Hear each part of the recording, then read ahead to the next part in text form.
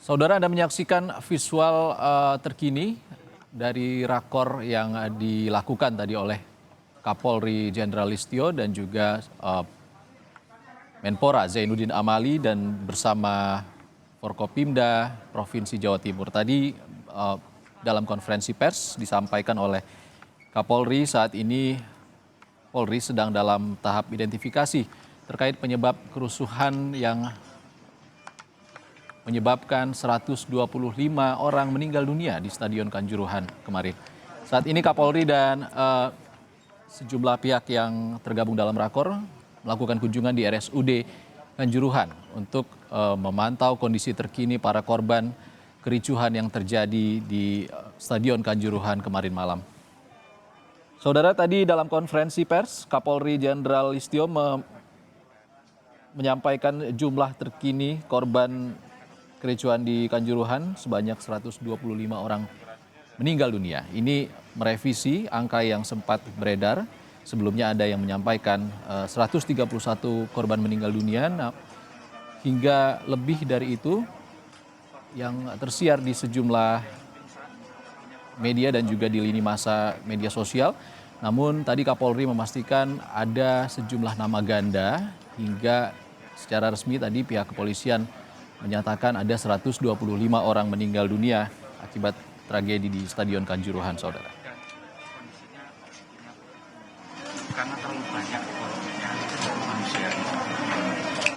Berdasarkan yang untuk lain-lain yang ringan akan ada Polri juga berjanji akan mengumpulkan sejumlah data dari investigasi yang dilakukan oleh pihak kepolisian di TKP dan juga melibatkan tim Puslap for Polri dan berjanji akan menyampaikan hasil investigasi ini kepada masyarakat. Kita akan dengar percakapan yang dilakukan Jenderal Listio Kapolri dengan pihak medis di RSUD Kanjuruhan. Namun terkendala gangguan teknis di lokasi. Selain Kapolri ada juga Menpora Zainuddin Amali yang mendampingi bersama Ketua PSSI Muhammad Iryawan yang menyampaikan sejumlah langkah yang dilakukan oleh PSSI, salah satunya adalah melarang Arema FC melakukan ataupun mengadakan ataupun menjadi tuan rumah di Liga 1 hingga sisa musim Liga 1 tahun ini. Sementara itu Liga 1, kasta tertinggi sepak bola di tanah air, sementara masih dihentikan hingga batas waktu yang belum ditentukan terkait dengan investigasi tragedi yang terjadi di Kanjuruhan, saudara. Gubernur Jawa Timur Khofifah Indar Parawansa yang juga ikut dalam rakor yang dilakukan bersama Kapolri menyampaikan bantuan sudah disiapkan oleh Pemprov Jawa Timur dan juga pemerintah Kota Malang bagi seluruh korban meninggal dunia dan seluruh korban luka akibat peristiwa ini.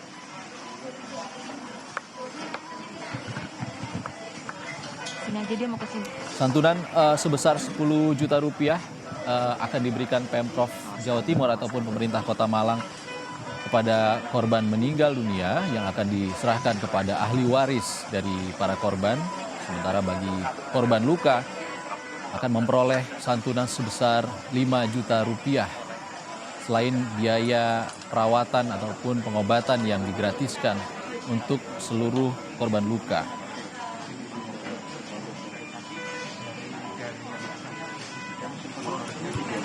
Semua pihak pasti menunggu, masyarakat pasti menunggu apa hasil investigasi yang dilakukan oleh tim yang ditugaskan oleh Kapolri Jenderal Listio terkait investigasi ataupun audit yang dilakukan polisian terkait peristiwa ini, apa yang menjadi penyebab peristiwa ini hingga memakan korban 125 orang meninggal dunia dalam pertandingan Liga 1 antara Arema FC melawan Persebaya Surabaya yang berlangsung Sabtu malam kemarin. Mantu dia harus dirikan pun lagi pengusaha lagi pengusahaan itu kan terjauh terpitu Yang penting sembuh dulu. lagi kuasa diperketat.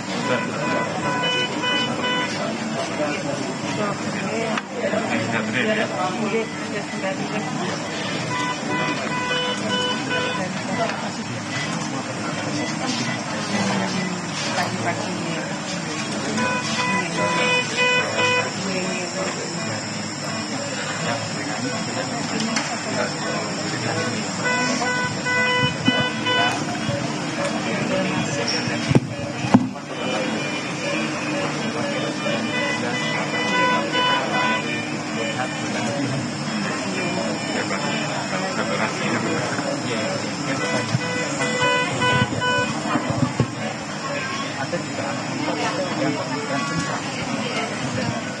Saat ini Kapolri masih melakukan pantauan ke RSUD Kanjuruhan di Kota Malang.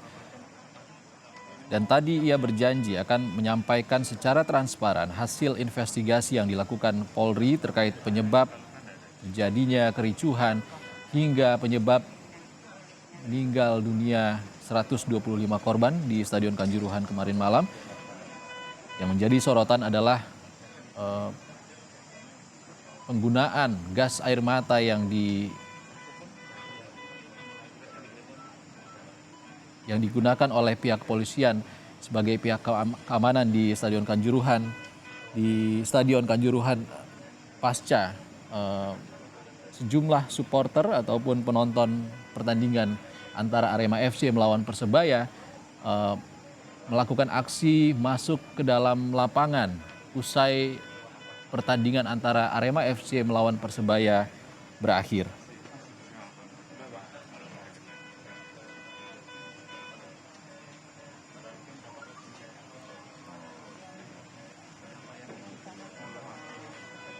Sebelumnya, Kapolri dan juga Ketua PSSI Muhammad Iriawan dan Menpora bersama Forkopimda Provinsi Jawa Timur melakukan ataupun melaksanakan rakor di Stadion Kanjuruhan ataupun tempat kejadian perkara tragedi ini. Dan berlanjut saat ini visual yang Anda saksikan, Kapolri dan sejumlah pihak itu melakukan kunjungan dan juga berkomunikasi dengan sejumlah korban luka akibat tragedi di Stadion Kanjuruhan. Usai melakukan kunjungan di RSUD, Kapolri dan Menpora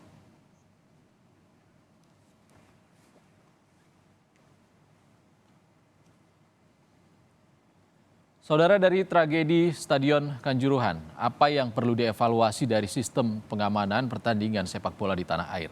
Akan kita bahas bersama Ketua Harian Kompolnas Beni Mamoto, serta pengamat kepolisian dari Institute for Security and Strategic Studies atau ISES, Bambang Rukminto, yang sudah bergabung bersama kita di Breaking News Kompas TV. Pertanyaan, selamat malam Pak Beni, Mas Bambang. Selamat malam, Bang Krisan.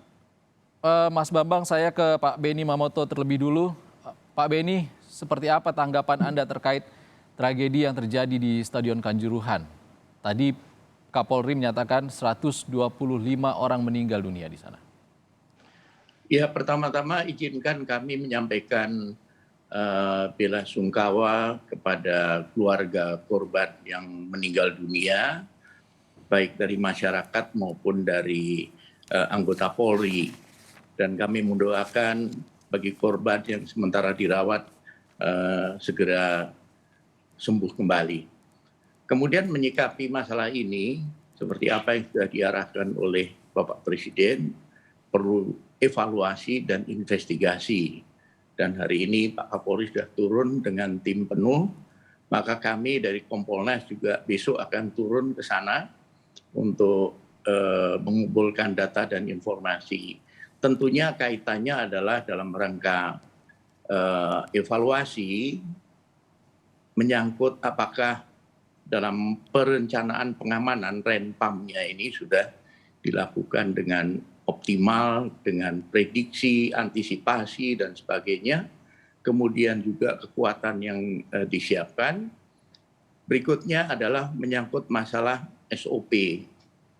apakah sudah dilakukan briefing ketika persiapan kepada seluruh anggota, seluruh jajaran, kemudian juga ketentuan yang berlaku, perkap yang sudah diatur, apakah ini juga sudah disampaikan kepada seluruh anggota, sehingga sudah bisa diantisipasi kemungkinan apa yang terjadi.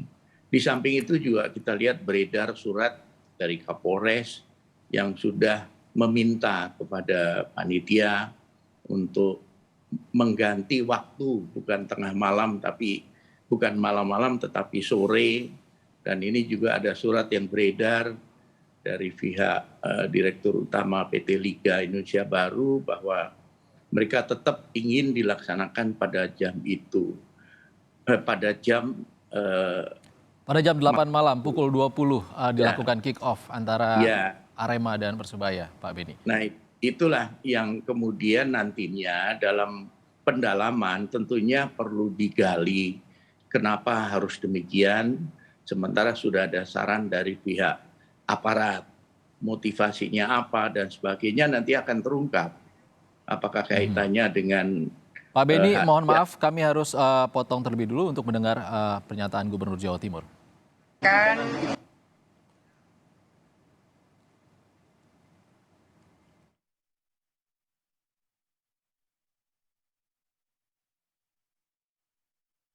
Tadi ada pernyataan yang disampaikan oleh Gubernur Jawa Timur, namun terkendala teknis di lokasi, maka kita akan kembali membahas terkait peristiwa ini dengan Pak Beni dan juga Mas Bambang. Pak Beni, tadi Anda mengatakan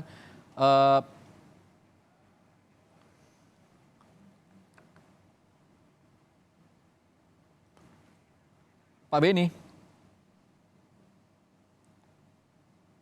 Beni dan Mas Bambang masih bersama kami?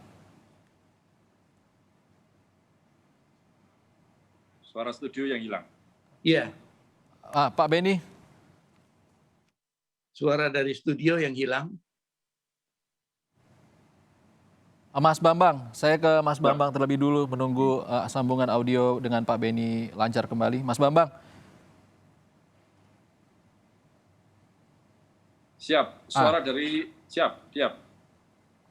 Mas Bambang, tadi Pak Beni menyatakan ada surat yang sudah disampaikan oleh Polres Malang, kalau saya tidak salah, koreksi, kepada PT Liga Indonesia Baru dan juga sejumlah pihak yang terkait dalam pertandingan antara Arema dan Persebaya. Lalu terkait dengan pemindahan jam pertandingan ke sore hari namun ditolak oleh PT Liga Indonesia Baru dan tetap berlangsung malam hari.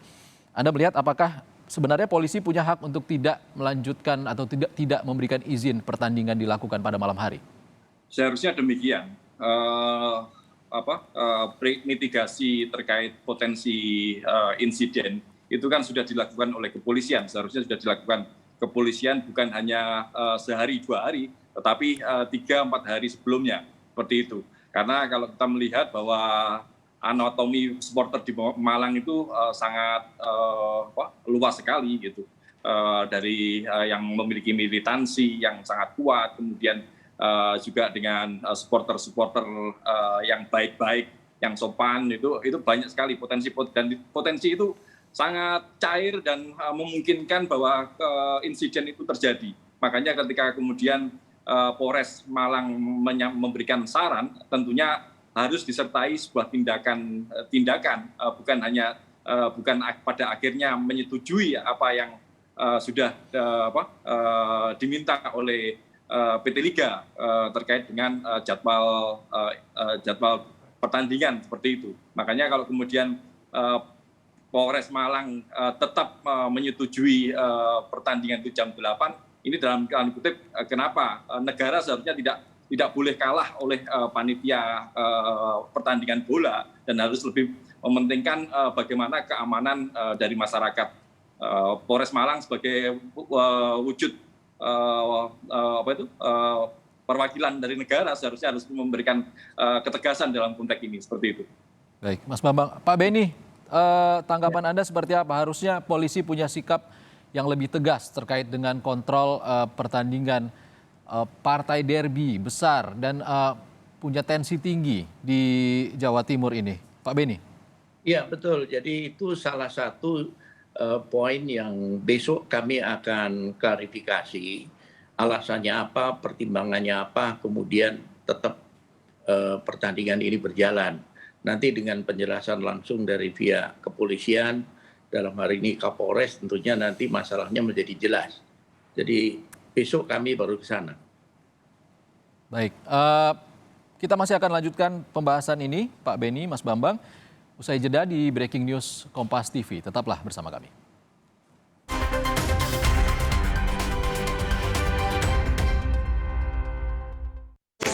Sedia payung sebelum hujan. Ih, sedia Altex Waterproofer sebelum rembes. Anti rembes. Cat Altex Waterproofer. Anti rembes paling the best. Warnanya? Heh, banyak amat. Altex Cat Protector dengan 7 warna natural. Tahan cuaca, anti lumut, anti rembes. Cat Altex Waterproofer anti rembes paling the best. Di masa kehamilan, asupan air mineral sangat penting. Harus terjamin kualitasnya. Untuk itu, kita pilih Le Mineral. Galonnya begitu bening, selalu baru. Jadi tenang buat aku dan calon buah hatiku. Galon Le Mineral. Yah, sekarang isi Oreo lebih banyak nih.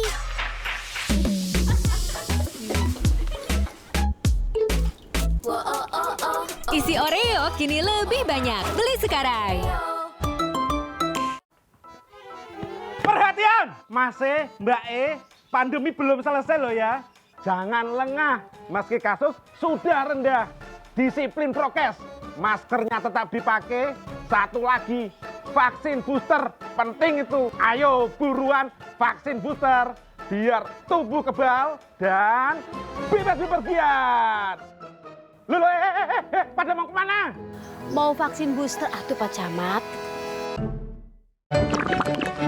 Le Mineral beda banget. Lebih smooth, lebih segar. Le Mineral memang berbeda, mengandung mineral esensial, dikemas menggunakan 3 proteksi berlapis. Bikin badan lebih enteng. Le Mineral. Cat besi dan kayu yang biasa dong. Jangan yang biasa-biasa. Kamsut? Pilih cat kayu dan besi kualitas Jawara. Cat Altex kaleng merah, Altex sintetik warna mengkilap, pilihannya lengkap. Cat Altex sintetik, keringnya cepat, tahan lama. Wow. Cat Altex sintetik kaleng merah, kualitas Jawara.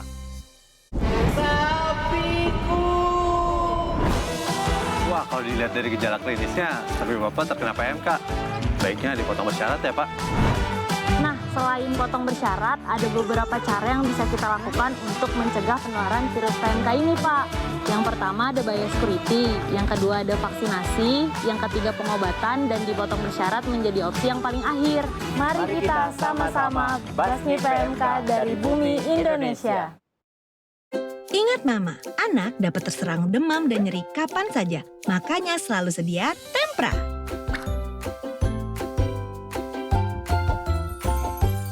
Ingat Mama, Ingat Tempra.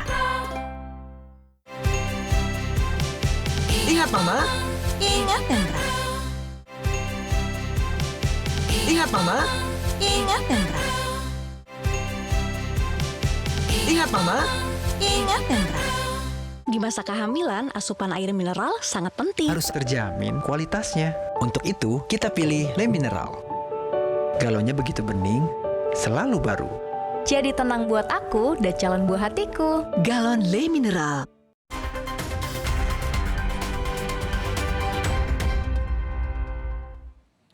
Saudara, Anda kembali di Breaking News Kompas TV terkait tragedi di Stadion Kanjuruhan Malang yang menewaskan 125 orang hingga saat ini. Informasi yang disampaikan oleh Kapolri Jenderal Listio Sigit Prabowo tadi. Dan kita masih bersama dengan Ketua Harian Kompolnas, Beni Mamoto, dan juga pengamat kepolisian dari ISES, Mas Bambang Rukminto, masih bersama kami di Kompas TV. Pak Beni, Mas Bambang. Ya, masih. Saya ke Mas Bambang lagi terkait dengan aturan dari FIFA terkait dengan safety pertandingan di stadion. Penggunaan gas air mata tidak boleh. Lalu salah satu yang menjadi sorotan adalah penggunaan gas air mata oleh pihak kepolisian untuk meredakan meredakan aksi yang dilakukan oleh supporter di Stadion Kanjuruhan tadi malam. Seperti apa tanggapan Anda? Ya, memang ada statuta pasal 19 dari FIFA yang melarang penggunaan gas air mata di stadion ya. Makanya kalau kemudian dalam hal ini terjadi insiden yang disebabkan oleh gas air mata, ini memang sangat menyedihkan. Penggunaan alat untuk penanggulangan kericuan memang ada salah satunya memang gas air mata dan juga ada water cannon. Seharusnya kepolisian cukup menggunakan water cannon saja untuk menghadang atau mengurangi dampak kerusuhan. Tapi yang digunakan ini kan gas air mata, dan ini sangat disayangkan sekali kalau kemudian kalau kita lihat di video itu gas air mata itu ditembakkan ke tribun, dan ini menjadi salah satu penyebab korban ini semakin banyak gitu. Memang potensi insiden itu sejak awal memang sudah ada, tetapi ketika kemudian gas air mata ditembakkan yang membuat mata semuanya pedih dan menjadi kepanikan di situ, akhirnya memunculkan korban yang sangat banyak, dan ini menjadi tragedi, bukan hanya tragedi bagi bumi Arema tapi bagi bangsa kita sebelumnya, seperti itu. Baik, Mas Bambang. Pak Benny, terkait dengan penggunaan gas air mata, kalau saya tidak salah, kalau saya salah koreksi, pernah juga terjadi kasus penembakan gas air mata di Stadion Kanjuruhan pada 2018. Satu korban meninggal dunia di tahun itu. Kenapa hal ini terulang lagi hingga korban yang jauh lebih besar? Ya, ini nanti akan menjadi bahan kami ketika kami turun ke lapangan, kemudian nanti meminta penjelasan dari pihak jajaran Polri yang melakukan pengamanan, argumentasi mereka itu apa, kemudian tahu nggak tentang aturan ini dan sebagainya. Meskipun aturan ini katakanlah berlaku untuk event-event internasional, tetapi menurut kami pasti ada alasan sampai munculnya aturan ini. Di antaranya tadi, karena ruangannya tertutup, terbatas, sehingga dampak dari gas air mata ini tentunya lebih serius dibanding di lapangan atau terbuka ataupun di jalanan yang anginnya cukup kuat sehingga tidak menimbul dampak yang sangat berat buat masyarakat khususnya yang ada di lokasi itu. Nah, ini banyak hal yang menurut kami perlu konfirmasi dulu sebelum nanti kami mengeluarkan statement apa yang sesungguhnya terjadi. Apa yang akan dikonfirmasi kepada Polri, Pak Benny? Di antaranya tadi, apakah pada saat persiapan pengamanan, pada saat briefing, sudah dicek kelengkapannya, kemudian kenapa bawa gas air mata, kemudian itu atas arahan siapa, tahu nggak tentang aturan FIFA, kemudian juga menyangkut masalah hal-hal yang harusnya sudah diantisipasi sebelumnya. Ini nanti akan terlihat ketika kami lakukan klarifikasi langsung kepada yang bersangkutan.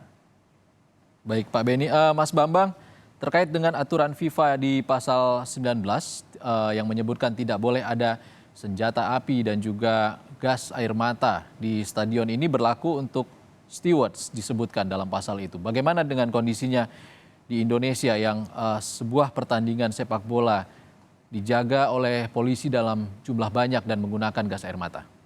Ini yang harus menjadi evaluasi bersama terkait dengan industri sepak bola, karena sepak bola ini sudah menjadi ranah industri. Tentunya pengamanan pun juga harus direncanakan secara profesional melalui industri keamanan, industri jasa keamanan gitu. Selama ini penggunaan kekuatan kepolisian yang sebenarnya adalah polisi ini adalah di sektor publik gitu. Ketika kemudian masuk ke ranah industri, ini juga perlu dipertanyakan bagaimana anggaran pengamanan ini dikelola antara penyelenggara dengan kepolisian. Jangan-jangan ini juga terkait dengan pungutan-pungutan misalnya seperti itu. Karena biaya pengamanan tentunya ada. Dan ini seharusnya masuk di wilayah apa terkait anggaran itu ke kepolisian. Terus anggaran itu berasal dari mana gitu. Karena kalau kita melihat isu-isu yang kemarin terjadi terkait misalnya dengan konsorsium judi misalnya, apakah ini juga ada keterkaitan dengan sistem pengamanan di pertandingan sepak bola seperti itu. Karena di masyarakat asumsi-asumsi itu juga muncul bagaimana yang terjadi terkait dengan pengaturan skor di sepak bola, itu yang membuat rawan dan memunculkan seringkali emosi di para supporter seperti itu. Makanya semuanya harus segera dievaluasi dan benar-benar diinvestigasi, jangan sampai ini akan terulang lagi. 2018 sudah pernah terjadi, 1 korban meninggal, kemudian banyak lagi yang luka-luka dan patah tulang di Kanjuruhan, dan sekarang terjadi lagi 125 orang meninggal. Ini tentu tragedi bagi bangsa kita seperti itu. Baik, Pak Beni, saya ke Pak Beni terkait dengan polisi sebagai alat yang digunakan untuk keamanan di stadion dalam pertandingan sepak bola Liga Indonesia. Ini sebenarnya tidak disebutkan dalam aturan FIFA yang menyebut stewards di sana, dan juga mungkin dalam industri sepak bola dilakukan oleh pihak ataupun perusahaan security ataupun perusahaan keamanan. Seperti apa sebenarnya prosedur keamanan sepak bola di Indonesia ini melibatkan polisi aturannya? Ya, tentunya di sini kita harus melihat ada lapangan bola yang terbuka, tidak ada tembok, katakanlah tidak ada tribun tertutup dan sebagainya, berbeda dengan yang dalam kondisi stadion yang tertutup. Ini model pengamanan tentunya juga akan sedikit berbeda. Nah, dalam konteks penggunaan peralatan juga harus disesuaikan. Tapi yang jelas, aturan FIFA itu pasti punya argumentasi kenapa tidak boleh menggunakan gas air mata, termasuk senjata api. Karena kita lihat stadion di luar negeri kan tertutup semua, sehingga akan bisa menimbulkan korban yang jauh lebih serius ketika menggunakan gas air mata atau terjadi letusan senjata api. Nah, dalam konteks di Indonesia ini tentunya menjadi bahan evaluasi nanti. Kami juga akan menanyakan bagaimana koordinasinya dengan pihak penyelenggara, kemudian dengan instansi terkait, kemudian juga mengenai langkah-langkah antisipasi kalau terjadi katakanlah keributan, itu langkah apa yang harus diambil. Ini nanti akan terungkap dari hasil supervisi kami. Tadi Kapolri berjanji akan menyampaikan evaluasi ataupun hasil investigasi Polri secara transparan. Kita harapkan akan segera keluar dan disampaikan benar-benar secara transparan. Terima kasih Ketua Harian Kompolnas Beni Mamoto dan juga Mas Bambang Rukminto dari ISS Pengamat Kepolisian sudah bergabung di Breaking News Kompas TV. Terima kasih Bapak-Bapak. Terima kasih. Saudara, Breaking News masih akan berlanjut. Usai jeda tetaplah bersama kami di Kompas TV.